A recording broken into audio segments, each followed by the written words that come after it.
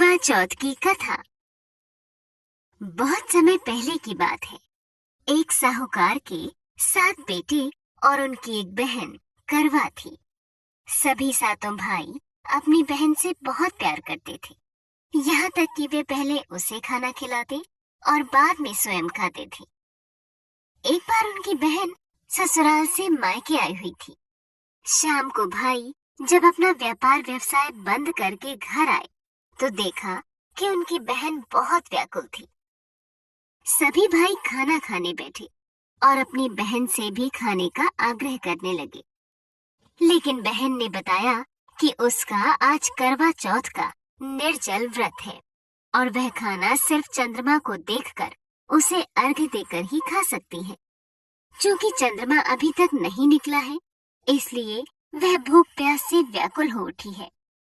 सबसे छोटे भाई से अपनी बहन की हालत देखी नहीं जाती और वह दूर पीपल के पेड़ पर एक दीपक जलाकर चलनी की ओट में रख देता है। दूर से देखने पर ऐसा प्रतीत होता है कि जैसे चतुर्थी का चांद उदित हो रहा हो। इसके बाद भाई अपनी बहन को बताता है कि चांद निकल आया है, तुम उसे अर्घ देने के बाद भोजन कर सकती हो। बहन खुशी के मारे सीढ़ियों पर चढ़कर चांद को देखती है, उसे अर्घ देकर खाना खाने बैठ जाती है। वह पहला टुकड़ा मुंह में डालती है तो उसे छींक आ जाती है।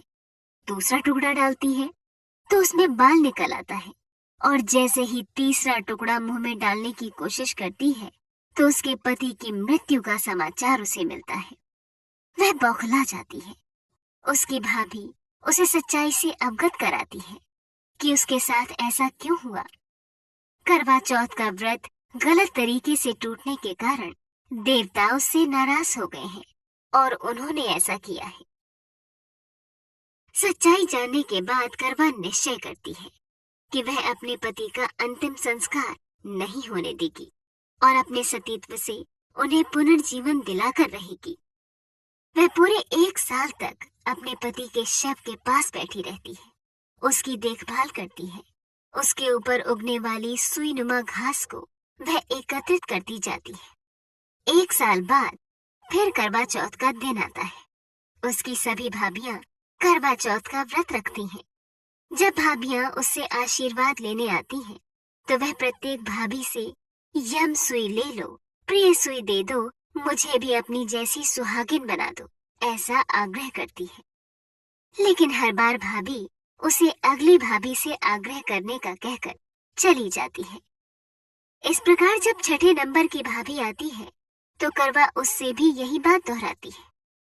ये भाभी उसे बताती है कि चूंकि सबसे छोटे भाई की वजह से उसका व्रत टूटा था, अतः उसकी पत्नी में ही शक्ति है कि वह तुम्हारे पति को दोबारा जीवित कर सकती है।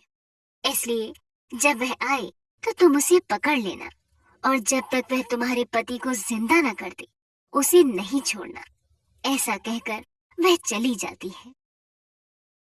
सबसे अंत में छोटी भाभी आती है। करवा उनसे भी सुहागिन बनने का आग्रह करती है, लेकिन वह टाल मटोली करने लगती है। इसे देख करवा उन्हें जोर से पकड़ लेती है और अपने सुहाग को जिंदा करने के लिए कहती है। भाभी उससे छुड़ाने के लिए नोचती है, खसूटती है, लेकिन करवा नहीं छोड़ती है। अंत में उसकी तपस्या को देखकर भाभी पसीज जाती है और अपनी छोटी अंगुली को चीरकर उसमें से अमृत उसके पति के मुंह में डाल देती है। करवा का पति तुरंत श्री गणेश कहता हुआ उठ बैठता है। इस प्रकार प्रभु कृपा से उसकी छोटी भाभी के माध्यम से करवा को अपना सुहाग वापस मिल जाता है।